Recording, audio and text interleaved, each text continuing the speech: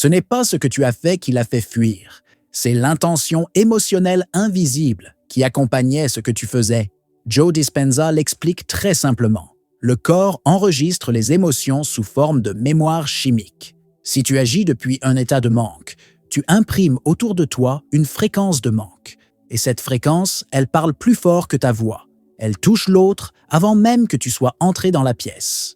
Alors tu peux dire « Je t'aime », mais si c'est pour qu'elle te rassure, tu vibres comme un garçon qui quémande. Tu peux l'inviter à dîner, mais si tu espères qu'elle y voit une preuve, tu vibres comme un homme qui mendie l'amour. Elle ne réagit pas à ce que tu dis. Elle réagit à ce que tu vibres. Tu peux être parfait à la surface. Mais si ton champ énergétique crie « Je ne suis pas assez, choisis-moi », alors tu actives chez elle une répulsion instinctive. C'est là que tout se joue. Ce que tu appelles rejet, ce n'est pas un manque d'amour, c'est un désalignement vibratoire. Tu crois qu'elle t'a tourné le dos. En réalité, c'est ton champ émotionnel qui l'a repoussé.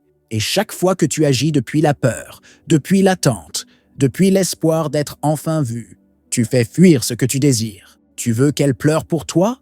Tu veux qu'elle te ressente dans sa chair, qu'elle t'imagine, qu'elle regrette ton absence, qu'elle se réveille à minuit avec ce vide qui ne se remplit qu'avec toi.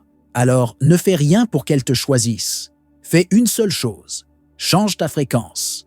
Jung disait « Ce que tu ne rends pas conscient devient ton destin ». Et dans les relations, ce que tu refuses de voir en toi, ta dépendance à être aimé, ton besoin d'être validé, ta peur de ne pas suffire, devient exactement ce qui te fait rejeter par elle. Quand tu es aligné, quand tu vibres depuis un centre solide, tu n'as plus besoin d'être validé, tu n'as plus besoin d'être choisi. Et c'est là que tout change. C'est là que tu cesses d'agir pour obtenir et que tu commences à rayonner ce qui ne s'achète pas, une présence masculine irrésistible. Un homme qui agit depuis la plénitude crée un impact qu'elle ne peut pas expliquer. Il ne supplie pas, il ne prouve rien, il existe. Et son existence devient une mémoire émotionnelle, un ancrage intérieur, une empreinte qui reste même quand il n'est plus là. Tu veux qu'elle pleure pour toi? Ne fais rien d'extraordinaire. Fais-le une seule fois, rentre en toi, arrête d'agir depuis le vide et observe ce qui se passe. Elle ne saura pas pourquoi, mais cette nuit-là, elle pensera à toi, pas à ce que tu as dit, pas à ce que tu as fait, à ce que tu vibrais. 1. L'écho émotionnel que les femmes n'entendent jamais. Tu as cru que c'était une question de gestes, de paroles bien choisies, de présence rassurante. Tu t'es appliqué, tu as donné, parfois trop. Et malgré tout ça, elle ne s'en est pas souvenue. Elle ne s'est pas accrochée. Elle t'a oublié comme on oublie un bruit de fond. Mais ce que tu n'as pas vu, c'est qu'elle n'a pas oublié parce que tu as mal fait. Elle a oublié parce que tu as agi depuis un endroit d'où rien ne marque. L'endroit du besoin, l'endroit du manque, l'endroit où tu espères qu'elle t'aime, au lieu de vibrer que tu n'as plus besoin qu'elle t'aime. Il y a une loi silencieuse dans l'attraction féminine, une loi que personne ne t'a apprise. Ce n'est pas ce que tu fais pour elle qui s'imprime en elle, c'est l'état émotionnel depuis lequel tu le fais. Elle ne se souvient pas du message, elle se souvient de la fréquence. Tu peux passer une nuit avec elle, mais si tu vibres l'angoisse de perdre, tu n'auras laissé aucun écho. Tu peux lui dire que tu l'aimes, mais si ton corps émet l'énergie d'un homme qui a peur d'être invisible, alors tu seras oublié. Pas parce qu'elle est cruelle, mais parce que ce que tu vibres est effaçable. C'est ça, l'empreinte affective. Ce champ invisible que tu laisses dans l'espace après ton passage. Si tu es désaligné, ce champ est vide. Et ce vide, elle le ressent comme une absence. Même si tu es là, tu peux être couché à côté d'elle et déjà effacé de son cœur. Joe Dispenza l'explique clairement. La pensée envoie le signal, mais le sentiment attire la réalité. Et toi, tu pensais envoyer des signaux d'amour, mais ce que tu émettais réellement, c'était une vibration de peur, une demande cachée, une attente. Et l'inconscient féminin ne suit pas ce genre de signal. Il se ferme, il fuit, il oublie. Tu veux la marquer? Tu veux être celui qu'elle ne peut pas effacer, même après des mois? Alors change ton état intérieur avant d'agir, car ce n'est pas ton action qui crée le souvenir, c'est ton alignement vibratoire au moment où tu agis. C'est ça qu'elle sent, c'est ça qui s'imprime, et c'est ça qu'elle pleure, quand elle croit que tu n'étais qu'un homme parmi d'autres, mais que, dans le silence, son corps lui rappelle. Cet homme-là, il vibrait autre chose. Tu veux être inoubliable? Tu dois devenir silencieusement cohérent, intérieurement stable. Tu dois comprendre que ton énergie ne ment jamais. Ce n'est pas la beauté de tes gestes qui la touche, c'est la densité de ton champ émotionnel. Et quand tu entres dans une pièce sans rien demander, sans chercher à être vu, mais en étant pleinement toi, c'est là que tout change. C'est là que l'écho commence. C'est là que tu la marques sans jamais l'avoir touchée. 2. Le silence stratégique qui inverse son pouvoir. Tu as parlé, encore et encore. Tu as voulu expliquer, te justifier, rassurer. Tu croyais que plus tu étais clair, plus elle comprendrait ce que tu ressens. Mais elle n'a pas écouté. Elle n'a pas entendu. Parce qu'à ce moment-là, ce n'est pas ta parole qui comptait. C'était ton absence. Et c'est là que tu réalises la chose la plus paradoxale. Ce n'est pas ce que tu dis qui crée l'impact.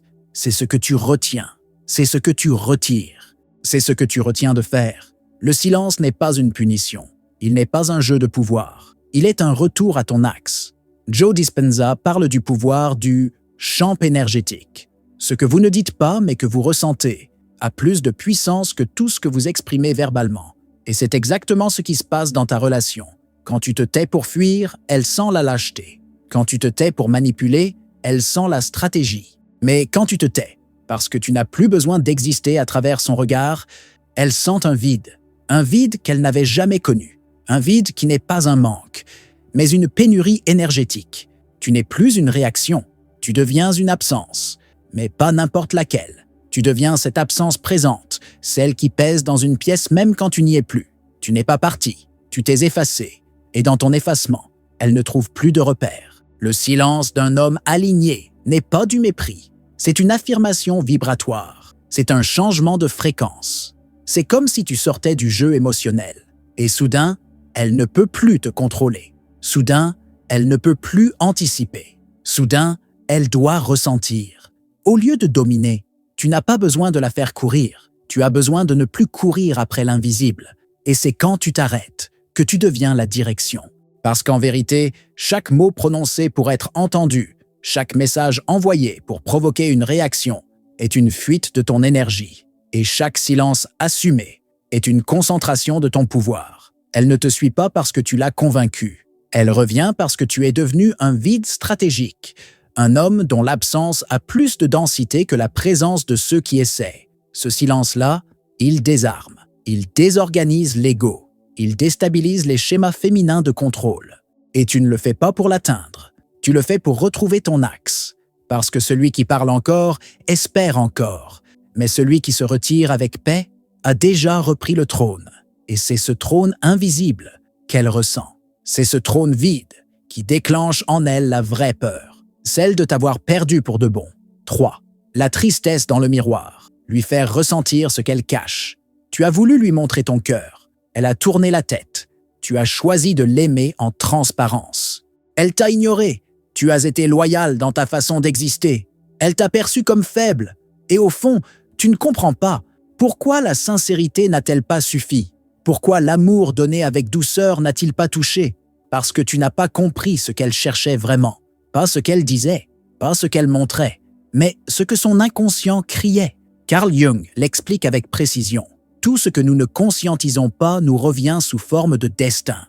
Et chez elle, ce qu'elle nie, ce qu'elle fuit, ce qu'elle ne veut pas regarder en elle, elle le projette sur toi.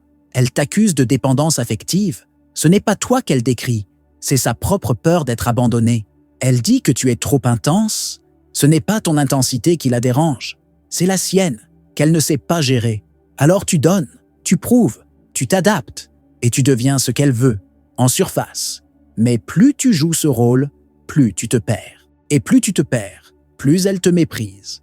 Pas parce que tu es faible, mais parce que tu refuses de devenir le miroir de sa propre ombre. Tu crois qu'elle veut être rassurée, mais en réalité, ce qu'elle veut sans le savoir, c'est être confrontée à quelque chose de plus fort qu'elle. Pas dans la domination, pas dans le contrôle, mais dans la vérité crue d'un homme qui ne joue plus pour être aimé. Quand tu arrêtes de chercher à la valider, tu cesses d'être son refuge émotionnel. Et c'est là que le miroir se retourne. Ce qu'elle voyait chez toi comme une fragilité devient un reflet de ce qu'elle cache. Elle se croyait au-dessus. Elle te croyait acquis. Mais face à ton silence cohérent, face à ta posture enracinée. Elle est obligée de ressentir ce qu'elle fuit, sa tristesse, sa colère, son manque. Tu ne lui fais pas mal, tu ne l'attaques pas, tu incarnes simplement ce qu'elle a quitté, sans savoir qu'elle l'avait toujours cherché. Et quand tu deviens ce miroir-là, ce miroir qui ne valide plus, qui ne supplie plus, mais qui révèle, elle est obligée de regarder. C'est là que la confusion commence chez elle. Pas parce que tu as changé de stratégie, mais parce que tu ne cherches plus à être vu. Tu t'es vu, toi, tu t'es choisi, et cette cohérence-là, elle fait pleurer les femmes qui ne savent pas pourquoi elles pensent encore à toi. Parce qu'au fond d'elles, elles savent ce que tu vibrais. Tu vibrais une chose qu'aucun mot ne peut traduire, la vérité émotionnelle d'un homme qui ne veut plus sauver personne, mais qui ne trahit plus son propre axe.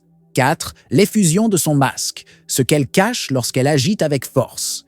Elle t'a regardé avec froideur, comme si tu n'étais plus rien, comme si tu n'avais jamais compté. Elle t'a parlé comme on parle à un homme qu'on méprise. Tu n'as vu que le masque, tu n'as entendu que la dureté, et tu t'es demandé ce qui avait changé. Mais ce que tu as pris pour de l'indifférence était parfois une déflagration intérieure qu'elle refuse de ressentir. Quand une femme ressent trop, elle durcit. Quand elle sent qu'elle perd le contrôle, elle coupe le contact. Quand son cœur panique, son ego prend les commandes. Et ce que tu vois, ce n'est pas son vrai visage. C'est l'armure qu'elle porte pour ne pas exploser. Il faut comprendre une chose.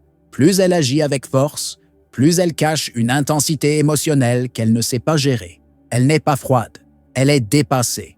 Elle ne te déteste pas, elle essaie de se défendre. Joe Dispenza le dit très clairement. Le corps devient dépendant des émotions passées et il préfère la douleur familière à l'inconnu de l'amour réel. Et c'est exactement ce que tu as réveillé chez elle. Tu as touché un point en elle que beaucoup d'hommes ne savent même pas atteindre. Tu as déclenché une mémoire, une faille, une fragilité. Et comme elle n'a jamais appris à vivre cette vulnérabilité, elle la maquille avec du mépris. Elle rit de toi pour ne pas pleurer. Elle t'éloigne pour ne pas s'effondrer. Elle affiche sa force parce qu'elle ne sait pas quoi faire de sa tristesse. Mais toi, tu veux comprendre, tu veux lui parler, tu veux arranger, tu veux réparer. Et c'est là que tu t'égares. Parce que ce qu'elle cherche, sans pouvoir le formuler, ce n'est pas un homme qui la réconforte dans son masque. C'est un homme qui reste aligné, même quand elle tombe dans la confusion. Un homme qui ne cherche pas à démasquer, mais qui n'est plus affecté par le masque. Tu ne réponds plus à l'agression. Tu ne cherches plus à rassurer ce qui n'est pas prêt à être vu. Tu te retires sans drame. Tu te redresses sans bruit. Et dans ton retrait, elle commence à sentir le poids de son propre jeu. Tu étais là, tu étais vrai. Elle a joué, elle a poussé, elle a testé. Et tu n'as pas crié, tu n'as pas supplié, tu n'as pas explosé. Tu as simplement disparu avec ton intégrité. Et c'est là que son masque commence à se fissurer. Parce que la vraie douleur ne vient pas de ton silence. Elle vient de ce qu'elle ressent, quand elle réalise que tu ne participes plus. Tu n'es plus le partenaire du drame. Tu es devenu l'homme qu'elle ne peut plus atteindre, parce que tu n'as plus besoin qu'elle te comprenne. Tu t'es retiré du jeu, et ce retrait, c'est ce qui révèle son vrai visage. 5. Ce rituel énergétique que les femmes rancunières ressentent sans vos mots. Tu es resté, tu étais là, tu pensais qu'en étant présent, elle finirait par ressentir ta valeur. Mais tu as découvert que ta simple présence physique ne suffisait plus. Tu pouvais être dans la même pièce qu'elle, et pourtant, elle ne te sentait pas. Comme si ton corps était là, mais ton essence, absente. Et c'est là que tu réalises quelque chose de fondamental. Ce n'est pas ton corps qu'elle attend, c'est ta fréquence, pas ta voix, ta vibration, pas tes explications, ta cohérence intérieure. Joe Dispenza parle de la nécessité de reconditionner son champ électromagnétique chaque matin. Car tant que tu émets la même fréquence que celle de ta douleur passée, tu ne peux créer rien de nouveau. Et toi, tu te lèves chaque jour avec les mêmes pensées, les mêmes émotions, le même fond de frustration, le même espoir d'être enfin reconnu. Mais tu ne réalises pas que tu vibres l'attente. Et c'est ce champ-là qu'elle ressent. Tu ne l'as pas repoussé avec tes mots. Tu l'as repoussé avec ton champ énergétique. Et tant que tu ne reprogrammes pas ça, aucune action extérieure ne pourra renverser la dynamique. Alors tu dois comprendre ce que c'est que ce rituel invisible. Chaque matin, tu fais un choix. Tu choisis entre entretenir la fréquence de ton manque ou cultiver la vibration de ton pouvoir. Tu peux allumer ton téléphone et chercher une preuve qu'elle pense à toi. Ou tu peux t'asseoir dans le silence, respirer profondément et revenir dans ton axe. Pas pour manipuler son énergie, mais pour reconquérir la tienne.